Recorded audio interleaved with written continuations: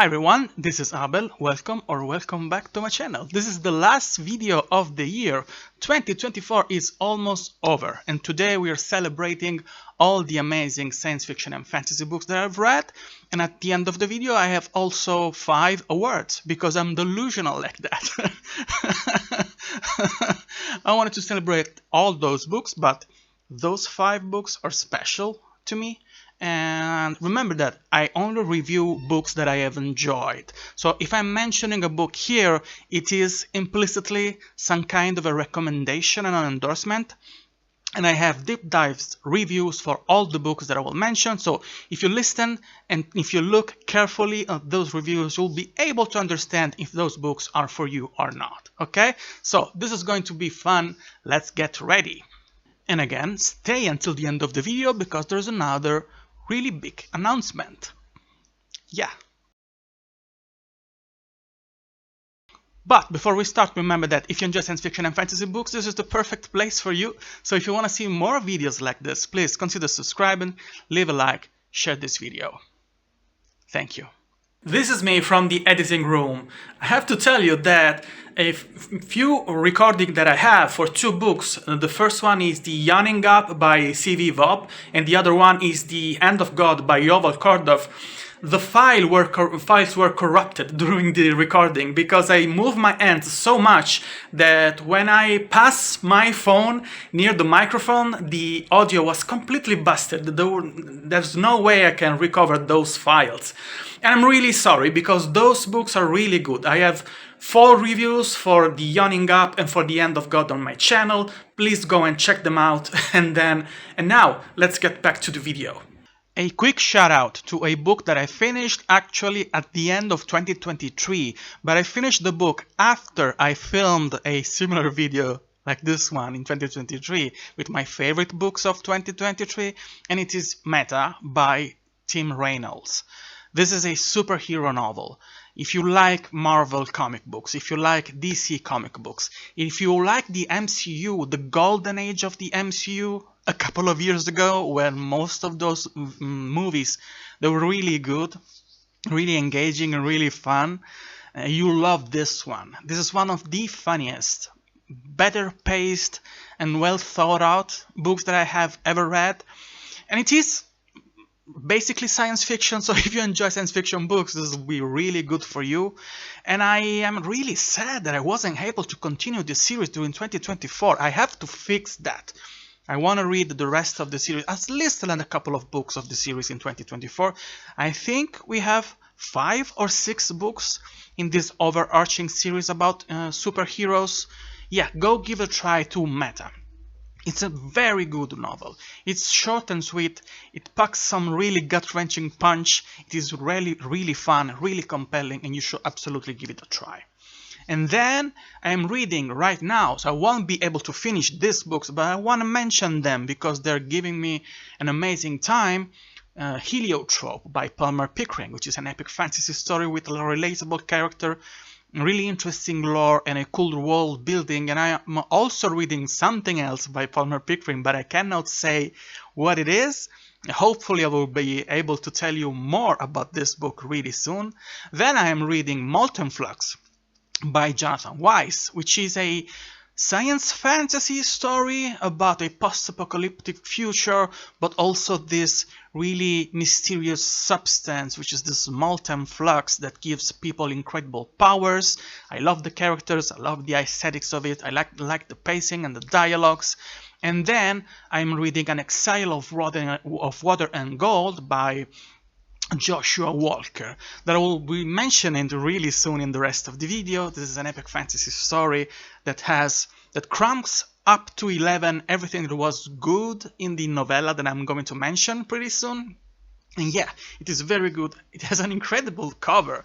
It's an eye candy for sure, and you should absolutely check those out. And now that I've finished with the honorable mention, let's actually talk about all the books that I've read, enjoyed and reviewed in 2024. The first book that I finished in 2024 was The Fall of Wolfsbane by John Cronshaw.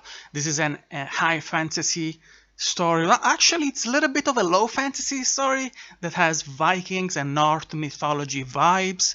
It's a slice of life, slow burn, really character-driven stories that has this incredible slow pacing at the beginning that really delves deep into the characters and their motivations, and then the story slowly develops and becomes the stakes become much more higher, and it becomes more dramatic and bloody and heart-wrenching until a very climactic ending that sets up the rest of the series. I think we'll have it's a trilogy, probably.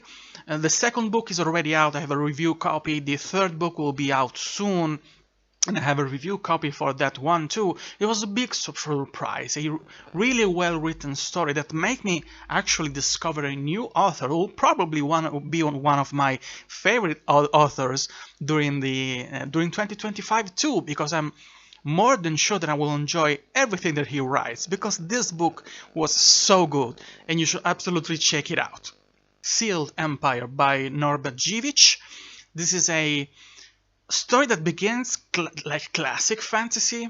There is this beautiful introductory scene with a couple of ships going sailing on the sea in a huge storm, and then something really incredible happens. There's monsters destroying everything. You have it on the cover. This is not a spoiler, but then the story takes a weird turn, because there's much more underneath. There is compelling characters, there is a really heart-wrenching story, and there is a really interesting build-up until the end, where there's a couple of revelations about the mysteries and mystery boxes that you have in the story.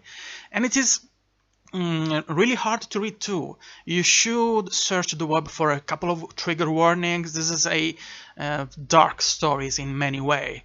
But it is very well plotted out and very well paced out. So this one is also really short and sweet, so you can finish it in a couple of sittings. And once you get to the third act of the story, you will be unable to put it aside. It's very well written and really interesting genre blend. This is a recurring theme in my reads for 2024. You should absolutely check it out for yourself. A novella by Joshua Walker, The Rest to the Gods. This is the first work in a much more expansive world, and I have a review copy for the first actual installment, novel-length installment in this world, which is An Exile of Water and Gold that I mentioned a few minutes ago. This is an entry point for the story. It tells a self-contained story that gives you a taste of the world building and a little bit of the dynamics between main factions in this story. And this is short and sweet, this one too, but really effective. I'm really in awe of the ability that Joshua has to pack so much information in that small amount of pages. The page count is it's around 100 pages maybe. Yeah, more or less, but it feels like a complete story that also opened the gates to the rest of the series. And as I told you, the main novel, it is also really well done. It is even better, of course, of the novella. It is really well done. And this world, this character, the one that we have here, because you see on the cover of the main story, it's around this nation that it is covered by this huge tree that covers up the entire nation, and the characters, the people living in this tree, they have this symbiotic relationship with it. They gain protection, but also abilities and political turmoil because of this tree. They have a really interesting life. In the novella, you have something of this, a little bit tidbits of this, and you have absolutely so much more in the novel, of course. The novella is worth a read. I think that you can get this one with the newsletter, if I'm not wrong, but it costs really cheap on Amazon too, so you absolutely check it out. It is worth your time. The Faded Dragons by Cameron Michaels. This is a really interesting take on dragons and on the dynamics of a world where you have this race, this species of people that look human, but they have dragon traits. They have wings, they have fangs, and they have horns too. And there is an interesting exploration of this culture and the relationship they have with other cultures, with other human beings, and the way they interact and the way their abilities have been exploited and the kind of wars and political conflict that that generates. It is really unique for me. I have never read anything like this. And I like the dynamics between the characters. I like the structure of the story, because a good 50% of more, it looks like a political thriller, because all the chapters are organized in a way that you have kind of a ticking clock until a very important event that then happens around the middle point of the story. So you have this build up with this tension growing and growing, with this tension of the dread that this group of people, the protagonists of this story, they don't get to achieve what they want, it will be a disaster. And then the story opens up and becomes really different, much more politically driven, and explores something else, and the big bad guy comes out, and it is really, really well done, really interesting. And the cover is incredible. It is by Felix Ortiz, this one too. There is also a novella out for this one that I haven't read still, but I'm planning to do it in 2025. And I hope that the sequel, the official sequel to this story, will be coming out pretty soon, because I'm curious and I want to know what happens next. Waking Ursa Minor by Helen Rygh-Pedersen. This is a really unique story with an incredible aesthetics and big themes. This is a story about self-discovery, self-acceptance, colonialism. There is a incredibly evil villain. There is a relatable main protagonist. There is a bit of a romance there too, and it has this weird but really strong aesthetics that resembles in a way what we have during the colonization of North America, but also it is meshed with the classic feel of high fantasy with high stakes and people that have we have the chosen one trope, we have huge abilities, we have a little bit of a cat and mouse dynamic with when the protagonist has to run away from the bad guy that has been sent to kill her. It is really jaw-dropping, the extent of the world, how big and expansive and deep and complex it is. I have also the second book as a review copy to read. I'll absolutely give you a review in 2025, and you should absolutely check out this one soon for yourself. The Son of the Prophets by Brian Wilson. This is the way you do sequels.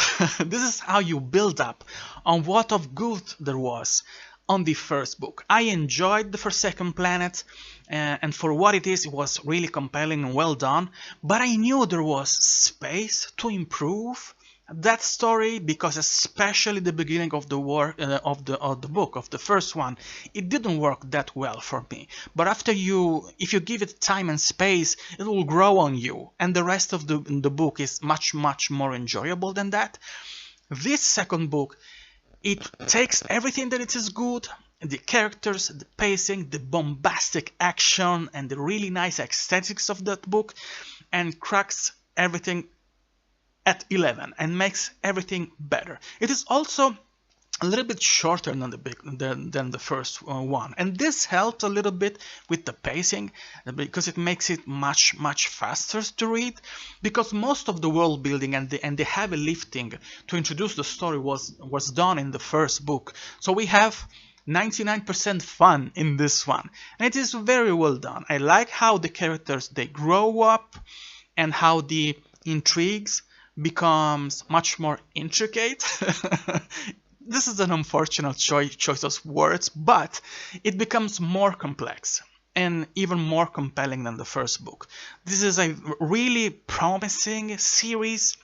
There's also a novella in this world that I still haven't read, that I think you can read it even if you don't know anything else about the rest of the story. But you would have to keep an eye on this author because he is really promising. There should be more science fantasy stories like this one around because it's really interesting and really fun. So you absolutely check it out for yourself. Star Marshal by Jeffery Roarke Jr. This is a novella set in the same world like Wilders of Woe, Inferno, which was one of my favorite books of 2023. And oddly enough, even if I liked that first main installment in the series, that book 1, this novella I think I enjoyed even more. Even if I'm not a huge novella guy, I like longer books, I need time to know the characters, I need time to immerse myself in the world building, but this one was so well done and so expertly plotted that it didn't leave me with the feeling that I needed more from the story. If anything, it left me with the desire to know more about the rest of the world and to have more novellas and main entrances in this series. So yeah, absolutely. If you want to read something that kind of reminds you of Star Wars, that has Sun Eater 2 vibes, give it a try. Absolutely. Dark Town by Palmer Pickering was my introduction to Palmer Pickering's writing in general, but my introduction to lit RPGs too. This is a subgenre that I knew absolutely nothing about before starting this one, and I was pleasantly surprised of how much I enjoyed it. This is a story about a girl that works in a tavern with her family and then decided to go on a trial, a kind of a challenge to improve her life status and the one of her family, and because there's some mysteries about the men that live in this place, because when they try to go in that challenge, something happens and they never come back. This is a really interesting story that blends epic fantasy, sword and sorcery, and the mechanics of video games, but in a way there's a scale that defines how hard these books go in the lit RPG mechanics. This one is really light, so if you enjoy fantasy books, this is very good for you, and if you enjoy lit RPGs, it will be compelling for you too. The writing is really approachable, dialogues are really good, there is a sidekick, a companion in the story, Half Pint, there is this incredible, one of the most interesting and funnier characters that I have met during 2024. This is proof of how good of a writer Palmer Pickering is. She's a great person too, she's an absolutely great human being, and I'm pretty sure that Heliotrope that I mentioned a little bit ago would be a huge win for me in 2025, and you should absolutely check out Dark Town for yourself right now. Pathlighter by Rob Leigh. This is a high-octane adventure fantasy story with people that have elemental super abilities, with a really rich and interesting world building, a really unrelenting paces with action scene after action scene, but it doesn't mean that the characters are not compelling, even if they're not exactly the focus of the story in my opinion, but they're really well done. You understand their motivations, you understand their goals and their backstory, and you have a little, and they get unveiled more and more as the story progresses. I know there is a book 2 in the works, that it's really far in the completion process, so it will probably not take that much to get the second book in our hands. This was really well written, and if you like action and adventures, and if you like high-octane stories, this is for you and you should check it out. The Fires of Heaven by Robert Jordan. This is the 5th book in the series. Yes, and it is kind of a pivotal book in the series, in my enjoyment of the series too. It is highly regarded as one of the best books in the Wheel of Time, but I didn't love it as much as I loved the first 3 books, because this is the moment when the story becomes completely independent or on all the influences by the Lord of the Rings. You know, many heavily criticized the first installment of the Wheel of Time because they think they're too similar to the Lord of the Rings. I think it's a stupid comparison, to be honest. But this one is a compelling story that drags a lot in the middle. There are a few dynamics between the characters and a few problems that I thought they were kind of engineered to make the book longer, and they didn't add up too much at the end of the story. I still love the series and I'm absolutely completed, but this makes me worried that all the other criticism that we have for this middle section of the book that many people call the slog, that they're truth, and that completing the series will be more difficult than enjoyable. But I love this world so much and these characters so much that I will absolutely complete them, and actually try to read another book in 2025 or more if I can. Silence is Silver by Andrew Watson. This is a novella set in the same world of Harbinger of Justice that was one of my favorite books in 2023, and this goes deep in the world building and the lore of a group of people that were part of the secondary characters in the story, something that happens on the fringe of a Harbinger of Justice that was really fascinating but also really mysterious. And here you see much more of this side of the world building, of this group of people that lives in the desert and has a really interesting worldview and values that are really strange and kind of cruel in a way, because they're really battle hardened and they stay separated from the rest of the world, and you really see why here, how they see the rest of the political machination going on, and the way their culture, what they think it is right and good, really clashes with the entire world view that the rest of the world has.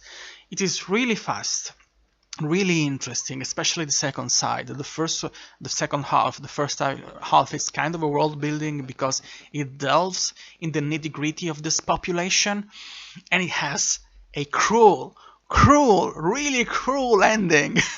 Really effective, but really cool, really cruel. Andrew, I still haven't forgiven you for this. Because yeah, it took my breath away and it made me suffer. It was painful, but it was so good.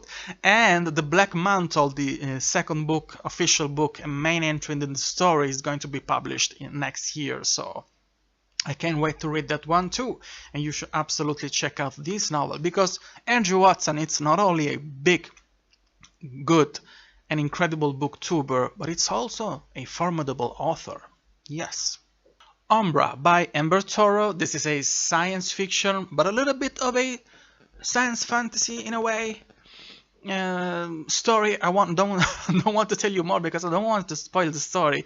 If you enjoyed Battlestar Galactica and Star Wars and Dune, you'll feel at home with this one. There is a trio of main characters that are very well developed, with interesting character dynamics and relationships. There is cool technology. There is a really strong sense of the aesthetics of this world, and it is nicely plotted with a little bit of romance that it doesn't feel overwhelming. So even for one like myself that really struggles to connect with romance in general, because I need to connect with the characters and their motivations and why they feel attracted to their love interest, and many romantic authors fail to deliver on those motivations for me, but this one was well done. I wouldn't not describe it like a romantic or romantic story per se. I think it's more of a science fiction story, but that element is present and it is well done, and the story is good, so you absolutely check it out. Tea and Empathy by Shanna Swendson. This is a cozy fantasy story with a kind of a mystery too, about a girl that runs away from her old lifestyles and becomes taking care of a tea shop. It turns a house in a tea shop and then find the guy that has lost his memory, and there's this mysteries about this guy and what is he doing there in that place. It is really fun, and it was my introduction to cozy fantasy because I had never read anything like this, with romance element too, and it was really compelling. I didn't know what to expect, and I enjoyed it very much. This was the first book that I judged for the Spiff Box, the self-published fantasy books blog off. I assisted Philip Chase as a sub-judge for this competition this year. This one was my first experience judging a book in any way as a judge, but for this competition it was really compelling, and you should absolutely check it out. And then I finished a series, a trilogy. I can do that too. I'm really good at starting series and I'm really bad at finishing series, but I'm happy that this is one of the first that I've finished in many years, and it is At the Threshold of the Universe by T.A. Bruno. This is the third book in the Song of Camaria trilogy, and it is a very, very well written, heart-wrenching, gut-punching, really emotional ending of a book. This story is about colonization, is about acceptance, is about tolerance, is about political struggle, and it is about coming of age. It has huge science fiction concept about interstellar travels and about discovering new worlds, but it is never overwhelming on the science side of things. It is well done, but it is also about the characters and a family. It is an incredible example of a healthy family, of healthy family dynamics. There's a good father figure. Yeah, shocker, incredible. There is a very, very good mother figure. That it is not just a nurturing figure, but it is also a leader, and it's also a strong woman. And there we have two, a son and a daughter, that are really dumb at the beginning, but they become really interesting and really smart as the story progresses, and do stupid decision and then smart decision, and they grow up and become protagonists of the story in itself. There's huge threat from across the stars and on the planet too, the name of the series, Camaria, and there is an ending. There are different endings in this last book that wrap the story nicely in such a somber but also really hopeful way. There are a few sentences at the end of the book that make me cry so hard because they affected me, and they were really useful for a few things that were happening. They're still happening in my life, and those words were exactly what I needed at that moment, and they made my enjoyment of this series so much stronger. So if you like science fiction and space opera, give this series a try. It is completed. The books are amazing. They have art inside, and yeah, give them a try. You'll thank me later. Another book that I judged for this Spiff Box this year was The Sunset Sovereign by Laura Huie. This is actually my favorite book from the bunch of books that I judged. Even if it didn't went to the finals, it wasn't the favorite book from our group, which is held by Philip Chase, but was my favorite, the one that I pushed forward. And it is a novella, a cozy fantasy, epic fantasy novella about a dragon, the memories of a dragon. And it has big themes about family, about tolerance, about self-discoveries, and about parenthood. Even if it is a short story, it really packs a punch. And it has a lot of complexity in the short amount of pages that you have. It is also a really beautiful little book that will shine on your shelves. And Laura Huie is absolutely an author that you should follow, because I'm sure that she will be able to deliver in the future and give us more and more compelling stories. This one was very good, was my favorite from my bunch.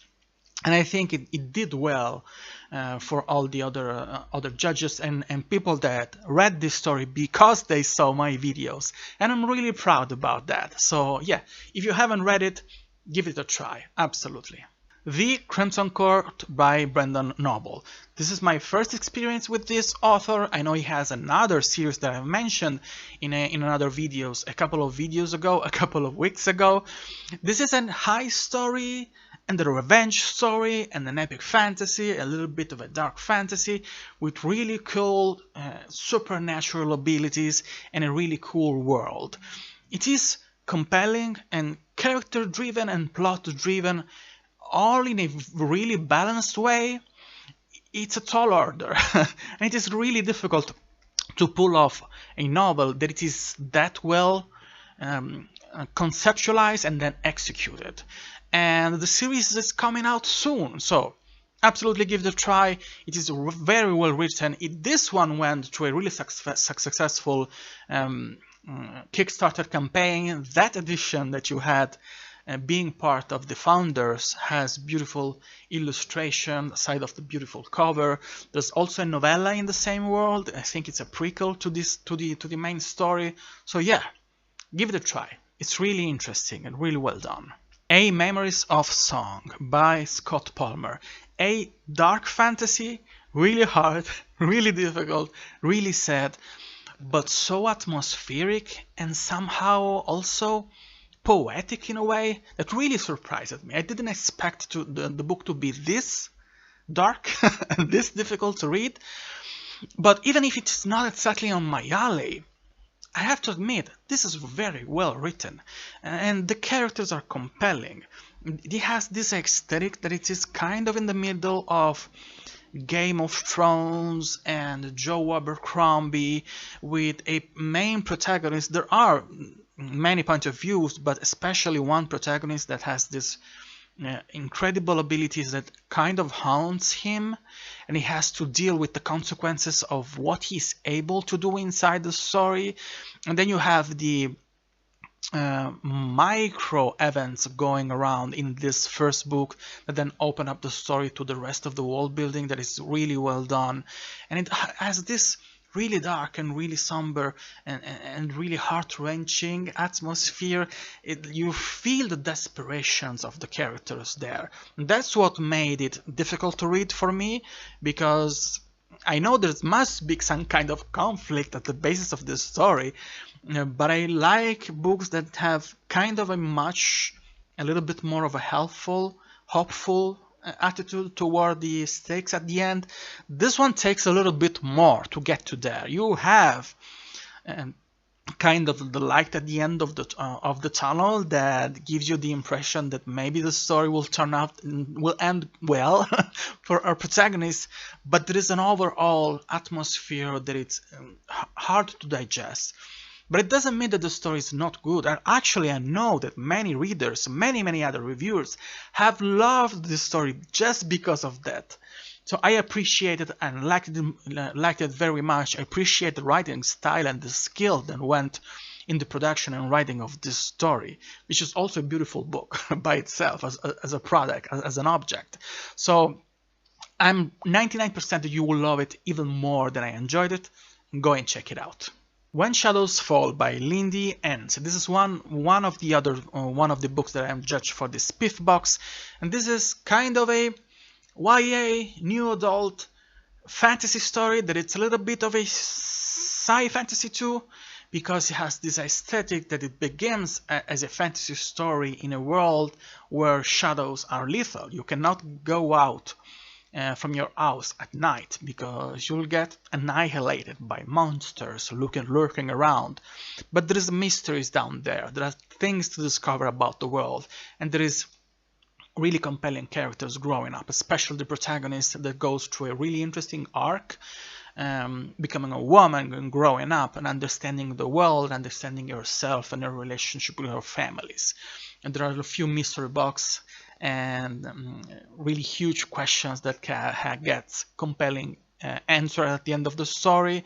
It was really nice, really interesting, challenging on an aesthetic point of view, because it took me a little bit to understand what was going on in the aesthetics of this world. But yeah, it's a very well done novel and you should absolutely check it out. The Order of the Shaggy Dragon by Stephen McKinnon. This was one of the other books that I've judged for this spiff box, and this was so close, that close to become my favorite. This is a epic fantasy and dark fantasy story about this young man that is member of this, is one of the last members of this Order of the Shadow Dragon, that it is both feared and at the same time revered. There's this strange dichotomy in the world building of this world, where his abilities are really sought out, but at the same time there's a good amount of people that really don't think and don't believe in his ability, and at the same time they're kind of afraid of him. So there's this bouncing on the perception that people have of him, and there is really great dialogues. This is one of the books that have the best dialogue that I read during the year, because of his relationship with other two characters, two main protagonists and point of views in this story.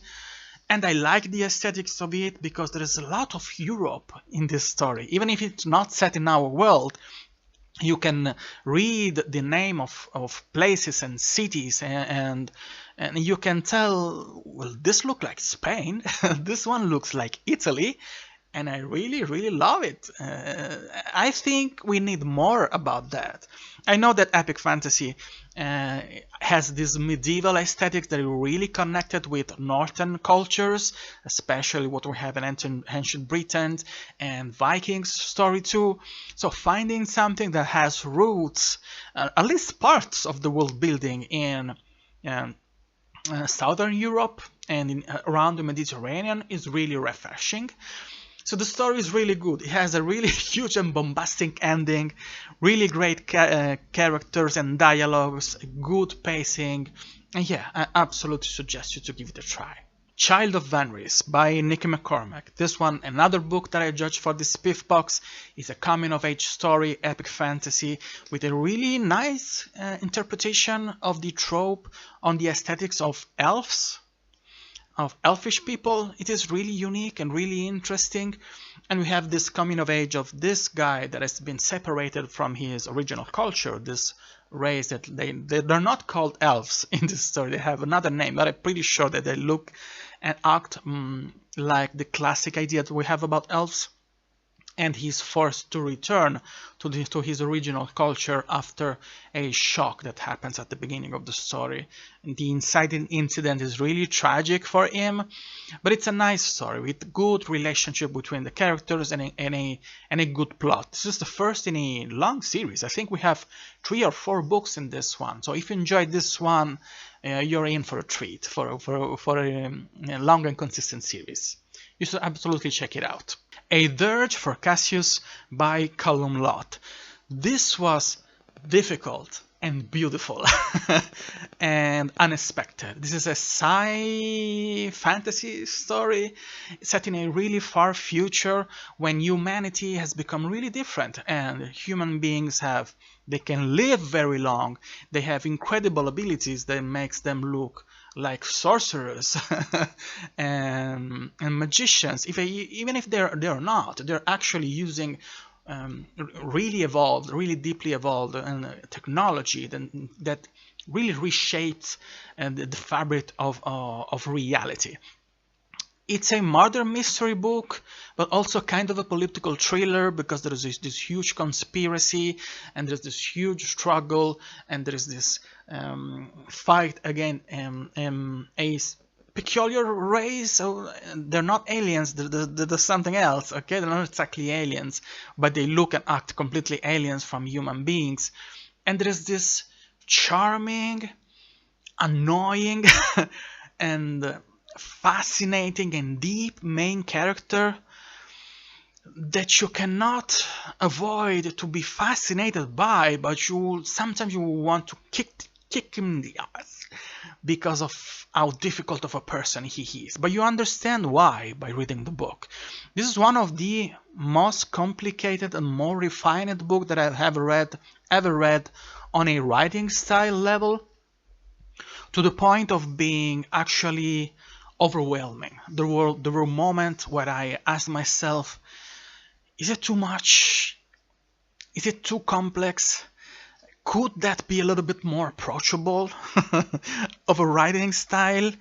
Maybe yes. And I know that the author is re-releasing this first book, aside the second, with a different approach to the writing style. I'm not sure how much it will be changed and what he is going to focus on to make the book more approachable. But I think it's the right call because the story is interesting.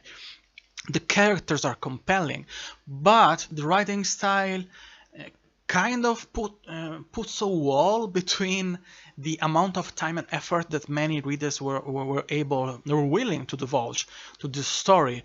And if the goal is to not to dumb the story, to dumb down the story in the writing style, but to make it a little bit more approachable, I mean, all for it. Absolutely, it's the right call. And yeah, I will tell you more when we have the new edition, but this one is a compelling story. But just be warned, it will take you a little bit more attention and time and effort than the usual fantasy, science fiction, or sci-fi or sci-fantasy story that you usually read. Check it out. Shards of Earth by Adrian Tchaikovsky a return to form for me. I know that this author almost never misses, that he is so much well beloved. But I had my doubts about starting this one because I loved Children of Time and not so much the other two books in the series, so I was a little bit hesitant. But this one, it's a masterpiece. This is everything you may want from space opera. Incredible writing style, witty, snappy. Every line of dialogue is incredible. The descriptions are so good. The narrator in this story is so fascinating. Incredible characters, the world building is really compelling, the human beings, the way humans evolved, the alien races, this huge threat of those planet-sized aliens that go around destroying worlds and reshaping them in work of arts made by crystal. They're incredibly frightening, but the story is really good and really compelling. At the end, it becomes difficult to understand a few things that go on because of a few choices on the writing style and on the narration. It becomes a little bit more metaphysics and less approachable of a read. But the stakes are so high and the pacing is so good that you cannot pay that much of an attention to those downsides of the story. But this, I cannot wait to read the end of the story because this is incredible. This is incredibly well written, and you should absolutely read it for yourself. What can I say about the Justice of King that you don't know about Rituals 1? This is one of the best high fantasy or dark fantasy stories that I have ever read. Because of the character, because of the writing style, because of the decision on a structural level, because of the way Helena tells the story of Umwald, this judge and executor, and this incredibly fascinating figure in the story of this world. And there are a lot of interesting meandering reflection about our culture, and there are interesting parallels between the story of our world and the way a few things happens about power struggle, the relationship we have with powerful figures. What do we think about huge political men and the influence that dictators, military figures, and politicians and noble families, and the roles and the influences that those people have on the shaping of the story, or if they actually have that kind of an importance on the grand scheme of things about the development of a culture.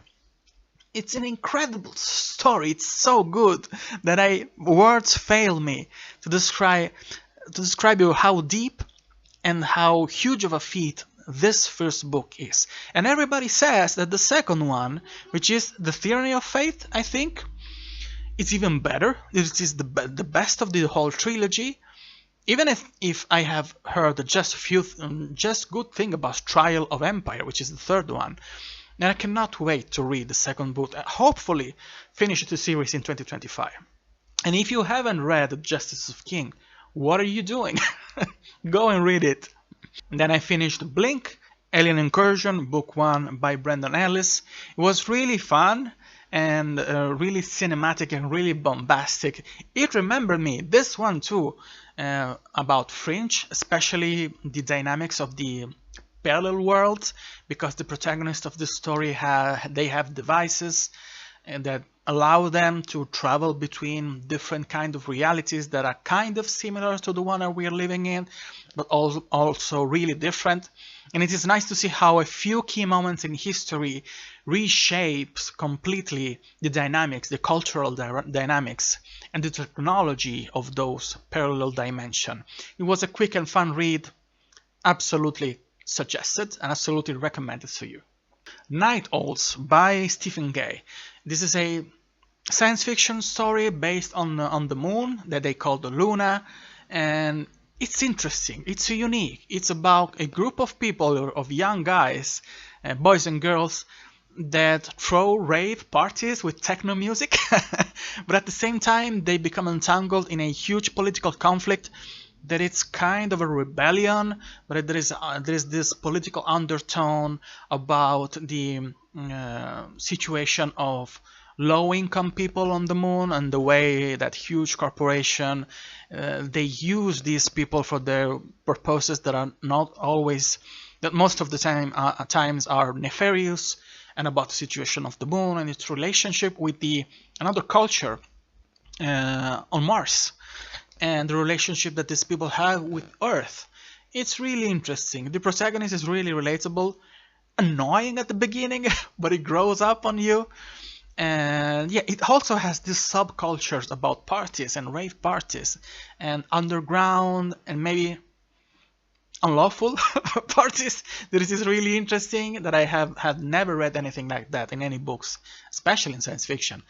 But it is really interesting, and I can see the large scope of the story where it is aiming the rest of the series. Really curious.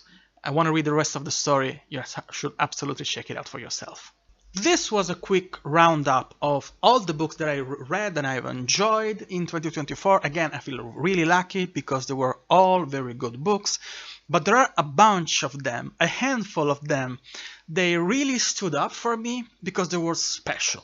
They were not only really well done, but they spoke to me on a deeper level. So again, all the books that I mentioned, I endorse. They're all recommended.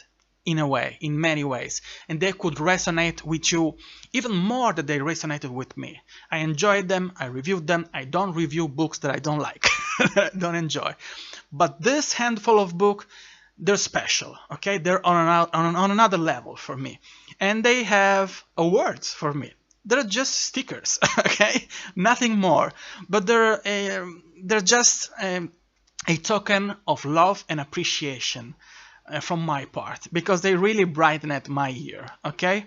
The first one is the outstanding debut series for me, which is Stone and Sky, the Stone and Sky trilogy by Z.S. Diamanti. This is an epic fantasy story which is really traditional. It reminds me of the early installation of Dungeons and Dragons, with nice characters, a really colorful and deep world building, with huge stakes, everything you can desire as a epic fantasy story that actually everyone in your family can read, even younger one. And it is very well done and really colorful. I've read the first book. I'm in the middle of the second book. Everybody says that the third one is incredible. It's even better than the beginning of the series. And Z.S. Diamanti is such a charismatic figure, is such an interesting man, and everything that he writes is so interesting. And he's going to release a cozy fantasy story next year. I think he went through a really successful Kickstarter campaign, and I cannot wait to read that one too. So yeah, as a series, I think that this one and Zag 2 deserves a special mention. And even if he's just winning a sticker here, it's a sticker that is done with all my heart, because this is one of the most interesting debut series that I've read. Actually, the most interesting debut series that I've read in 2024. Congratulations, Z.S. Diamanti. The next award is for the Outstanding Debut Author for 2024. The one that surprised me with his craftsmanship, with the writing style, with the plot, and overall with the novel. And it is Ross Garner, author of Centauri's Shadow. This book took me by surprise. I was completely floored of how good it is. Short, impactful, heart-wrenching. There is an incredible setup and payoff. Even of the weirder things that happen at the end of the book, at that moment you read them and you think, what's going on? Why it is happening? Why this character took this really incredibly stupid decision? But then you think at the book, the way those characters they have been introduced, what they were doing, what they were thinking, what they went through. And that really hard decision, it suddenly makes sense. And everything what they do at the end of the book, it is solidified by the way they were introduced. And then the book has this weird structure with the narration of the actual timing of the present of the story, and a lot of flashbacks that reminds me of the best episodes of Lost, the TV show, when it was good at the beginning. And yeah, I could not put this story down. It was incredibly well done.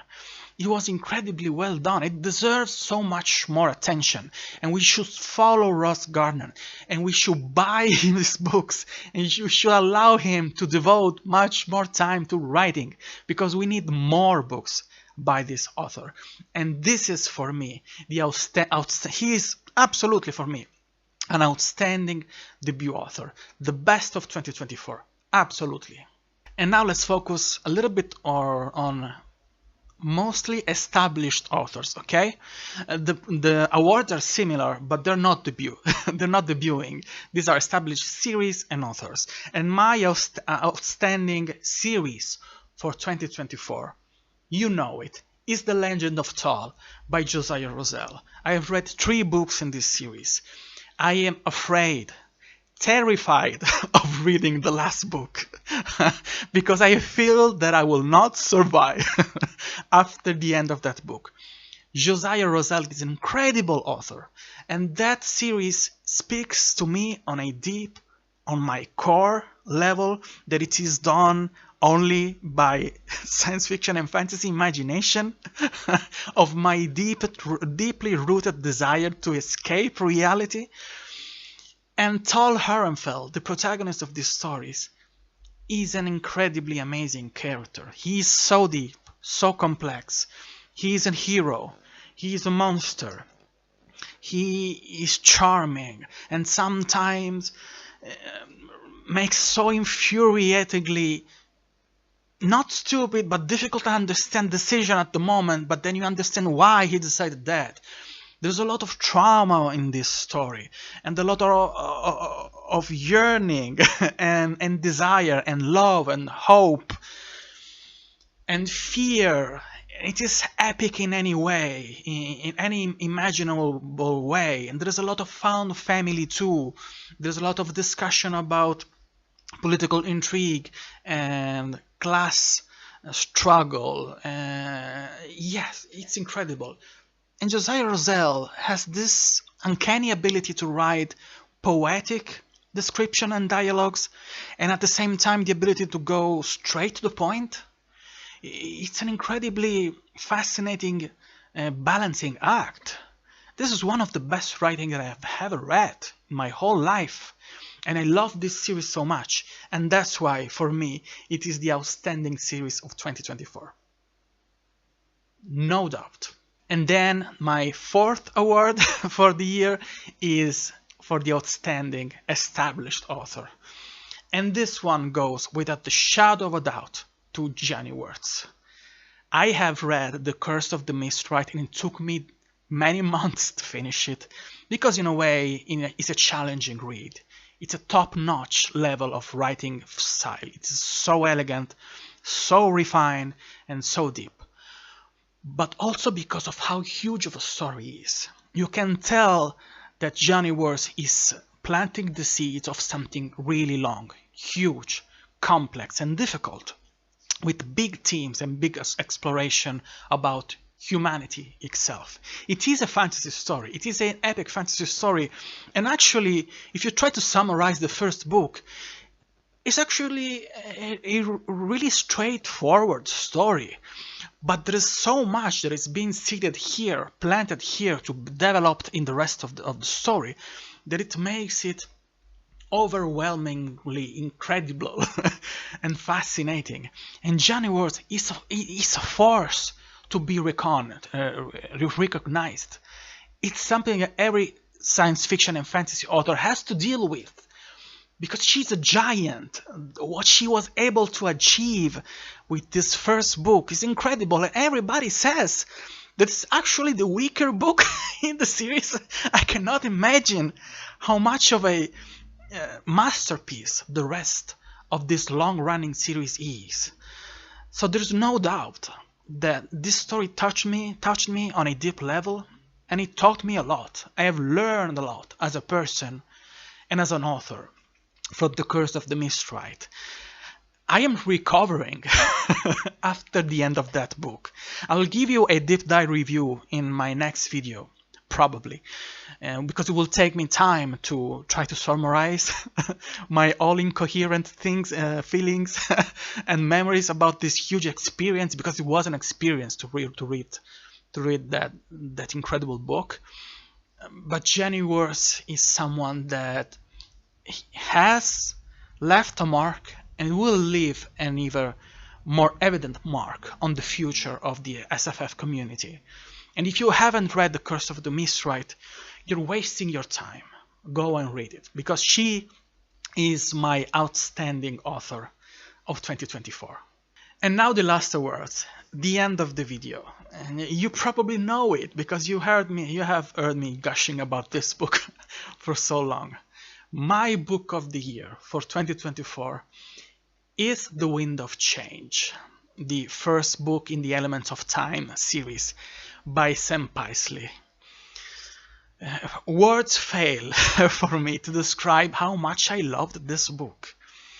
I was not supposed to love it that much, because the protagonists are in those fringe between the young adult and new adult. And if you look at the cover, which is beautiful, it's amazing, it's action-packed and epic, but it made me feel like this one of the story that I was able to appreciate, but it was not going to be that hard-hitting as it actually was. This book destroyed me at the ending, and it actually rebuilt me in a way. I have a really deep dive review about this one too on my channel. I will only say that the way Sam Paisley writes character progression, and the way he sets up things and then pay off things about the evolution of those characters, it's masterful. You can read this book to study how to create compelling characters, and then the atmospheres and the dialogues and the relationship that they have, they're so real, and they're at the same time so cinematic and so epic. There's a moment, a scene about before the story branches in the sci-fi, science fantasy side. This is a portal fantasy. It begins in our world, and then it jumps in a larger scale conflict, in this huge and epic conflict around the galaxy. There's a scene at the beginning when we are still on Earth, and when we still don't know how epic the story will be. It is about a baseball match. That it is so epic, it is so incredibly well done and scripted. I got chills, and I was cheering at the end. And I was terrified because of what happened, because of a few of dumb decisions that a few of the characters took. And those two protagonists, they're so deep and so compelling, and they have this amazing friendship, this incredible romance. This healed my inner child, my inner adolescent, because I didn't have that. I missed that. I didn't have that kind of friendship in my life. I started to build, I was able to build, and I was free to build a meaningful relationship in my life in my late 20s. So I didn't have anything like that when I was a teenager. But going through that relationship and have that kind of deep friendship, because of this book, it gave me a taste of what I missed. And it fulfilled and it filled up a hole that I had in my chest. This book is incredible. Sam Paisley is a genius. And The Winds of Change is my favorite book of 2024. The best book that I've read in the entire of the year. Read it. Now, as soon as possible. That's all I've got for you today. These are all the books that I enjoyed and that I have loved in 2024. I hope you give them a chance. Who knows, maybe you'll find new favorite authors and new favorite books. And you'll tell me later. And now a little bit of an announcement. Keep an eye on the SFF Insiders website, when you can find reviews and cover reveals and all the good stuff about science fiction and fantasy books. I write my review on there. Actually, I could be better. I could do better about my reviews because I'm so exhausted after I film my reviews that it takes me too much time to get to the written reviews, to translate those reviews to the written world. I'll do better in 2025. This is one of my wishes for next year. But keep an eye on that website, because there will be the cover reveal for my book. The cover for the Crimson Fire, which will be released next year, will be shown to the world on the SFF Insiders website. And there's a bunch of other authors and friends and readers and reviewers that will help me spread the world. But if you want to know more, you can follow me on Blue Sky, on X, and on Instagram, when I give you updates every day about my reading journey. And now, yes, this is all I've got for you today. Thank you for being here until the end of the video. This has been an amazing year. This community is growing little by little. I'm proud and grateful for all of you. You've made my life better. You've made my reading journey so unique and so compelling and so enjoyable. I have never been so happy to read books like I've been happy and proud like now, to read them and share my reviews with you. And I'm really grateful for your patience, because it takes me a little bit of time to film this video, and I'm really happy that you're willing to wait for me and to connect with me and to listen to my reviews, and thank you for all of your suggestions. I've discovered so many incredible books just because of you. So thank you again for an incredible 2024, and I'm sure that next year will be even better. I've finished. That's the end of the video. But if you want to see more videos right here, right now, remember that you can see a video right now about my most anticipated books of 2025. If you want to see more videos like this, please consider subscribing, leave a like, share this video. Thank you. I'll see you in the next one. Bye.